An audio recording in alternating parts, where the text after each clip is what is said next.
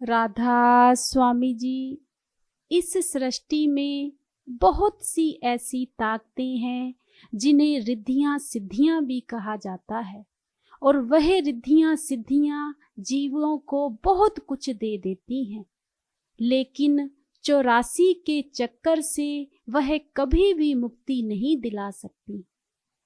लेकिन अगर हम पूरे सतगुरु की शरण में चले जाते हैं तो यह रिद्धियां सिद्धियां जीवों का कुछ भी नहीं बिगाड़ सकती। यह साखी हमें एक बहन ने सुनाई है। एक परिवार था जो किसी संत महात्मा को मानता था। उस परिवार में उनकी माता थी जो बहुत ही सीधी थी और बहुत ही अपने उन संतों को मानती थी।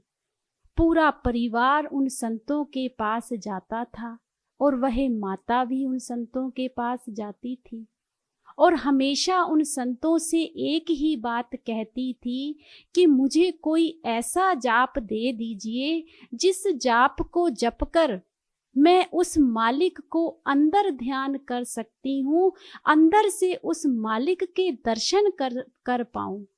बस यही चाहत है मेरी। तो वह संत महात्मा एक ही बात कह देते थे कि जो तुम्हें दिया है बस वही किया करो। तो वह जो बीबी थी वह एक ही बात कहती थी कि जो आपने जाप बताया है वह तो मैं बहुत टाइम से कर रही हूँ, पर उसका कोई भी असर नहीं हुआ, कुछ भी नहीं मिला। तो वह संत महात्मा कहने लगे कि ठीक है बीबी, एक मंत्र मैं तुम्हें देता हूँ, अगर तुम उसका जाप बड़े मन से कर लोगी तो देखना जो ताकतें तुम चाहती हो वह तुम्हें जरूर मिलेंगी। अब उस बीबी को उस संत महात्मा ने वह जाप दे दिया। वह जो बीबी थी बहुत ही सीधी और बहुत ही भोली थी। अब उस बीबी को बहुत ज्यादा चाहत हो गई कि मुझे वह जाप मिल गया है जिस जाप को जपकर मैं उस मालिक को अंदर ध्यान कर सकती हूँ। अब उस बीबी का एक नियम बन गया कि सुबह 1:30-2 बजे ही वह बीबी स्नान करके और एक कोने में बैठकर उस जाप का जाप करने लगी। धीरे धीरे वह जो जाप था उस बीबी का बहुत ही चलने लगा। अब उस बीबी को कुछ भी अच्छा नहीं लगता था। ऐसे ही कुछ दिन बीते कि जो वह बीबी थी उसको ऐसा लगने लगा कि जो मैं चाहती थी वह मुझे मिल गया है। उस बीबी में इतनी ज्यादा रिद्धियां सिद्धियां आ गई कि वह जो बीबी अब चाहत रखती थी वह उसकी पूरी हो गई। लेकिन एक बात उस बीबी के मन में आती थी कि रिद्धियां सिद्धियां तो बहुत आ गई हैं, लेकिन जो मैं पाना चाहती थी वह मुझे ऐसा लगता है कि वह मुझे अभी तक नहीं मिला है। अब वह जो रिद्धियां सिद्धियां थी उस बीबी में इतनी ताकत आ गई थी कि जब भी कोई बात करती थी या किसी को कुछ भी कहती थी तो वह सच हो जाता था। अब परिवार वाले भी इस चीज को देखकर बहुत हैरान होने लगे और उस माता से कहने लगे कि माता, जो भी तुम बात कहती हो वह सच क्यों हो जाती है? तो वह माता कहने लगी कि मुझे इस चीज का पता नहीं है, लेकिन कल को फलानी जगह पर ऐसा होने वाला है, मुझे वहां जाकर इस चीज के लिए मना करना पड़ेगा। परिवार वाले कहने लगे कि माता, यह तुम क्या कर रही हो? हमें कहीं जाने की जरूरत नहीं है, हम ऐसा कुछ भी नहीं करेंगे। आराम से अपने घर बैठ जाओ और अपना जो जाप करती हो वह करी जाओ। जब अगला दिन आया तो जो माता ने सोचा था वह सच हो गया। जब सच हो गया तो परिवार वाले भी इस चीज को देखकर हैरान हो गए और दुखी भी हुए कि हमारी माता ने तो सच कहा था, लेकिन हमने भरोसा नहीं किया। अगर हमारी माता वहां चली जाती तो शायद वहां पर भला हो जाता। अब परिवार वालों को पूरा यकीन हो गया कि जो भी हमारी माता कहती है वह सच हो जाता है। धीरे धीरे यह जो बात थी उस गांव में फैलनी शुरू हो गई कि इनके घर जाओ, इनकी माता जो भी बात कहती है वह सच हो जाती है। अब कोई भी बीमार होता था, किसी के घर में कोई भी परेशानी होती थी तो उस माता के पास ही आते थे और माता वचन कर देती थी और वह बात सच हो जाती थी। लेकिन जो माता की असलियत थी, जो वह चाहती थी और उस माता की जो चाहत थी वह कहीं ना कहीं बहुत ज्यादा अटकी हुई थी।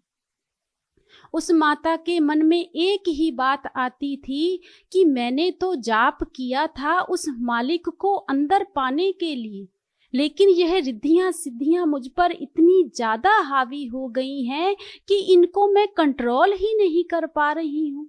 यह तो मेरे आपे से ही बाहर हो गई हैं। इन्होंने तो मुझे ही अपने वश में कर लिया है। अब मैं करूं तो करूं क्या? इस चीज से कैसे बचूं? मैं तो बहुत ज्यादा दुखी हो गई हूँ। इतने लोग मेरे पास आते हैं, मैं क्या करूं?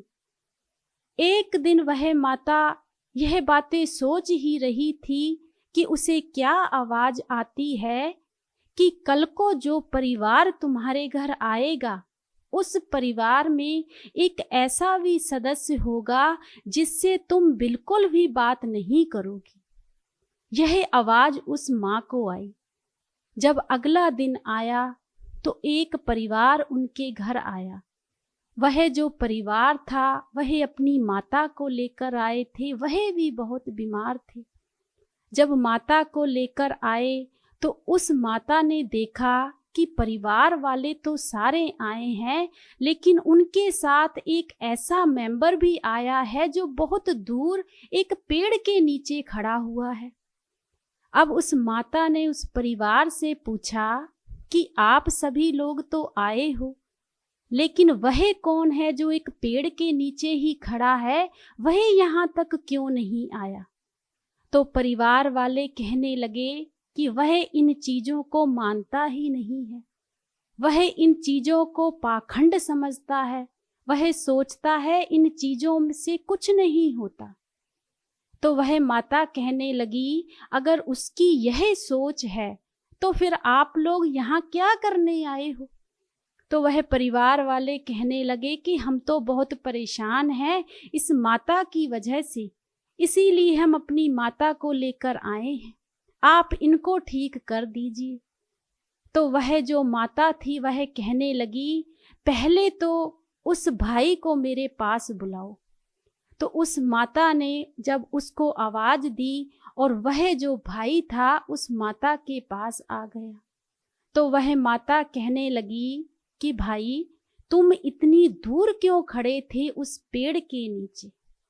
तो वह भाई कहने लगा कि माता जी, मैं आपका बहुत सत्कार करता हूँ, ऐसा नहीं है, लेकिन मेरा जो अंदर का मन है वह मुझे इन चीजों के लिए इजाजत नहीं देता कि ऐसा करने से हमारे दुख दूर हो जाएंगे या तकलीफें दूर हो जाएंगी।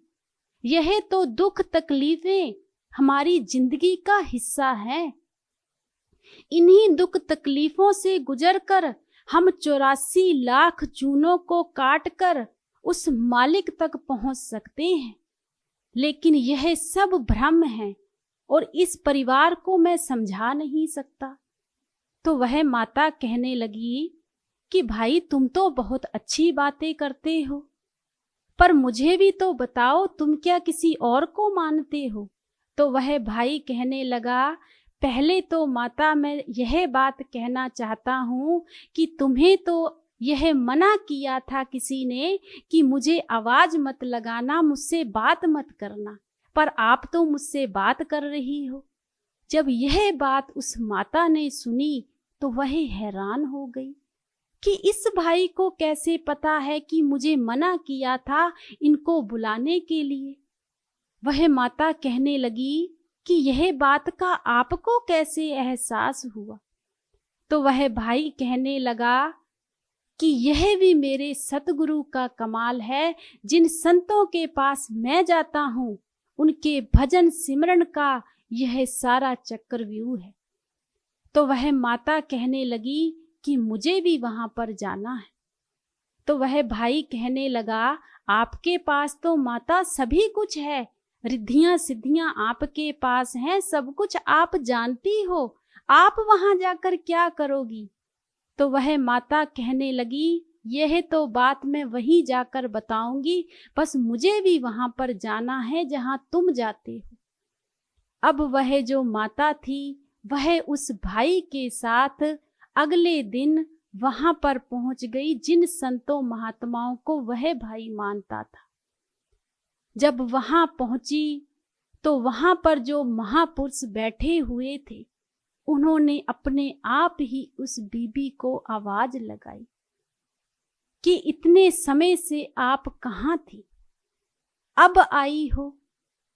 तो वह माता कहने लगी कि महापुरुष जी, आप मुझे कैसे जानते हो?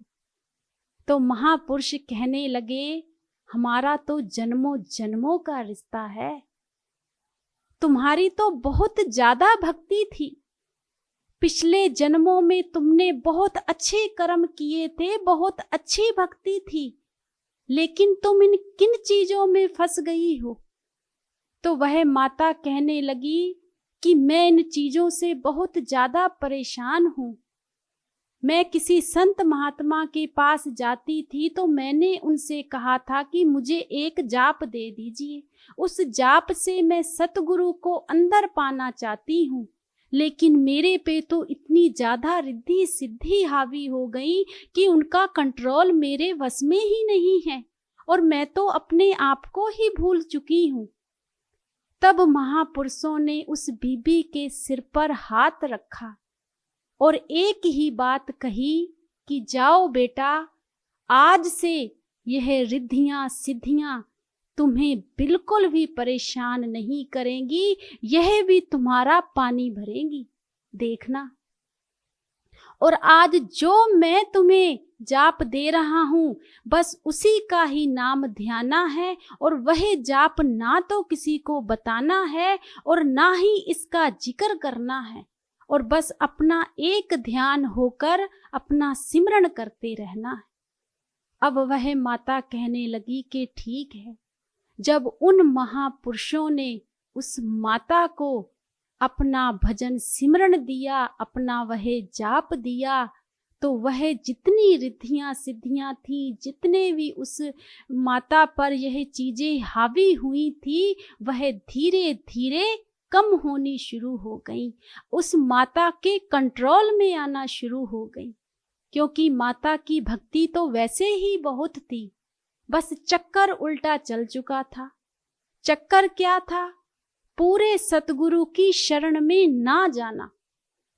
जब पूरे सतगुरु की शरण में हम लोग नहीं जाते और अपने आप को ही हम यह समझते हैं कि हम तो कुछ भी कर सकते हैं और रिद्धियां सिद्धियां आ जाती हैं, तो फिर वही होता है जो इस माता के साथ हुआ।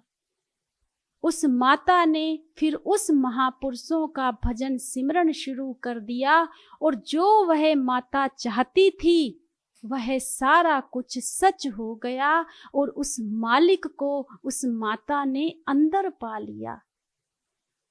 तो कहने का मतलब सिर्फ इतना है कि इस संसार में ऐसा नहीं है कि संत महात्माओं की कमी है, बहुत से संत महात्मा हैं, लेकिन संभाल वही कर सकते हैं जो खुद पूरे हैं, जिनमें खुद में पूरी ताकत है अपने जीवों को संभालने की।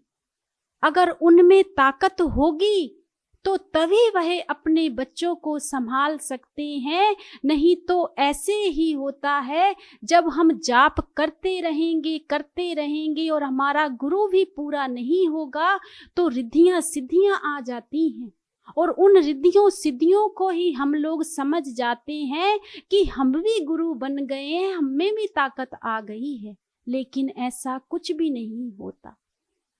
लेकिन वह जो माता थी उसकी एक बहुत अच्छी खासियत थी कि रिद्धियां सिद्धियां तो उस माता में आ गई थी, लेकिन उस माता ने हमेशा एक ही चाहत रखी थी कि मुझे पूरे सतगुरु की शरण में जाना है, और उस माता को वह शरण मिली भी। चाहत बहुत जरूरी है हमारी जिंदगी में, तो हमें भी हमेशा अपने सतगुरु का ध्यान धरना चाहिए। और हम तो बहुत ही किस्मत वाले हैं, भागों वाले हैं कि हमें पूरे सतगुरु की शरण मिली है, पूरे सतगुरु का भजन सिमरन मिला है। जब हम उसको ध्याएंगे तो हमें सिर्फ अंदर उस मालिक के ही दर्शन होंगे, उस मालिक के ही दर्शन होंगे। तो हमें अपने सतगुरु का शुक्रगुजार करना चाहिए। राधा स्वामी।